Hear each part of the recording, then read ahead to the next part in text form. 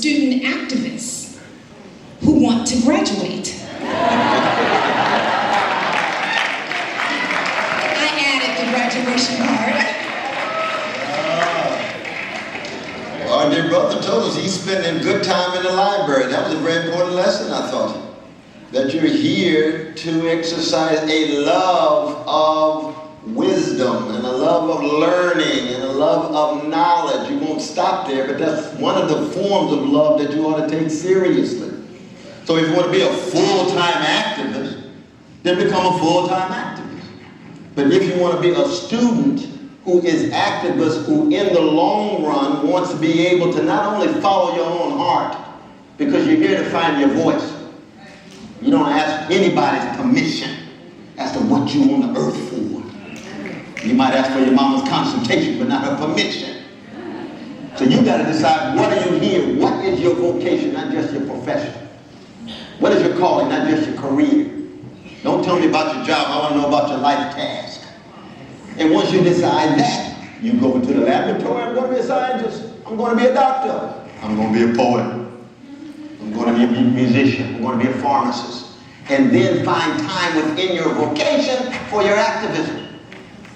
You see? Now, if your calling is to be a full-time activist, like this brother right here, it's a beautiful thing. But as we said, imitation is suicide. Everybody can't be a full-time activist. Is that right? Not everybody. Exactly. I know I couldn't do it. I've got other things. I get to the studio, get to the library, the laboratory, hit the church and the club. Hey, I got one life. All in the name of Jesus, too, guys.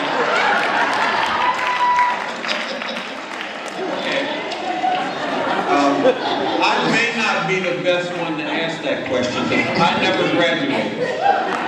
But there was actually a story to that. I got drafted about halfway through. And then by the time I got out, I could have gone back and gotten some funding to do that, because even though they convicted me and sent me to jail, they tossed the conviction out after I had done the time. But at that point, changing the world was my vocation. Now, but I do value what I studied before I came out, and this might surprise some people, because I was an engineering student who mainly studied mathematics.